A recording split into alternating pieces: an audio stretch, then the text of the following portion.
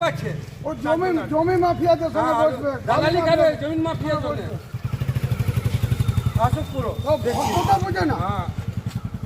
Reputation দেবে 5 জন 4 জন যাবে না, দেখি 2 জন যাবে, তাহলে बालू টাকা নেবে नाकि 2 জন घुसे दिवे। विभिन्न मांगों को लेकर सीपीएम ने रैली निकालकर अंडाल बीडीओ ऑफिस में किया प्रदर्शन। सोमवार को अंडाल के बीडीओ ऑफिस के बाहर सीपीएम ने अपनी कई सारी मांगों को लेकर विरोध प्रदर्शन किया। पहले काजोड़ा मोड़ में स्थित सीपीएम पार्टी ऑफिस से एक रैली निकाली गई। यह रैली अंडाल बीडीओ ऑफिस के पास जाकर समाप्त हुई। इस दौरान वीडियो को एक ज्ञापन भी सौंपा गया। इस मौके पर सीपीएम नेता कबीर मंडल ने तृणमूल कांग्रेस और बीजेपी पर निशाना साधा। उन्होंने बताया कि आज हमारा मुख्य मांग ये है कि 100 दिनों का काम फिर से चालू किया जाए, जरूरतमंद लोगों को आवास योजना का लाभ मिले और सरकारी योजनाएं आम लोगों तक पहुंचे।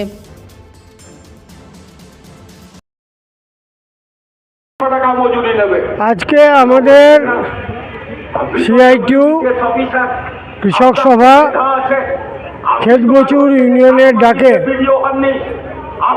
গরিব মেহনতি মানুষের দাবিগুলোকে বারবার বলা সত্ত্বেও বিডিও সাহেব উপেক্ষা করছেন। তারই প্রতিবাদে সমস্ত মানুষকে নিয়ে আমরা বিডিও সাহেবের অফিসে এসেছি। আমরা দুঃখের সঙ্গে বলছি, বিডিও সাহেব প্রথমে আমাদের যারা প্রতিনিধি তাদেরকে ঢুকতে দেননি, বলেছেন 3 জনের বেশি ঢুকতে দেওয়া যাবে না।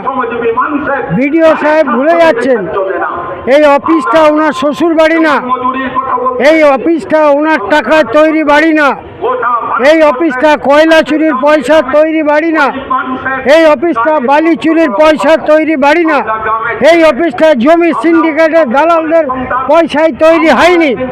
এই অফিসটা তৈরি হয়েছে আমার আপনার খেটে খাওয়া মানুষের ট্যাক্সের টাকা থেকে। কাজে এই অফিসে সকলের ঢোকার অনুমতি দিতে হবে। আমরা পারতাম এই গেট ভেঙে পুলিশকে ফেলে দিয়ে অফিসে ঢোকার জন্যে।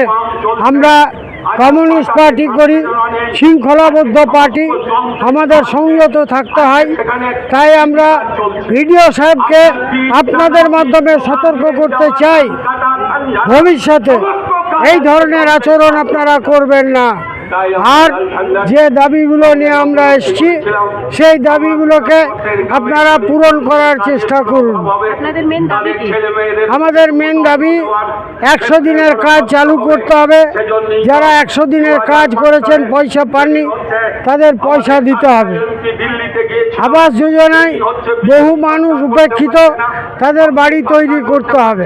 কিন্তু কিছুদিন আগে এখানে আরে টিএমসি যারা করছিল তারা বিডিওর সঙ্গে মিলে জুলে বালি চুরির বকরার টাকা নিয়ে ভাগ নিয়ে ওদের গন্ডগোল ছিল, ওরা এখানে নাটক করতে বসছিল। বালি চুরি কে করছে বিডিও সাহেব জানেন? নদীর বালি এত এত গাড়ি প্রধান মদনপুরে জানে না, পার ডে 500 গাড়ি বালি যাচ্ছে। ওনারা জানেন না ওনার বাড়ির সামনে ওরা একটা টাকা পান, সেই ভাগ নিয়ে বাঁকড়া ঝামেলা। যারা বালি চুরি করছে তারা দিচ্ছে, সেটা তো বলতে পারবো না। বালি চুরি হচ্ছে আমরা দেখেছি, ট্রাক যাচ্ছে আমরা দেখেছি, কে চুরি করছে এটা আমরা বলতে পারবো না। এটা বিডিও সাহেব জানেন, এটা তৃণমূলের পঞ্চায়েত প্রধান জানেন, তাদেরকে জিজ্ঞাসা করুন, তারা বলতে পারবে কারা বালি চুরি করছে।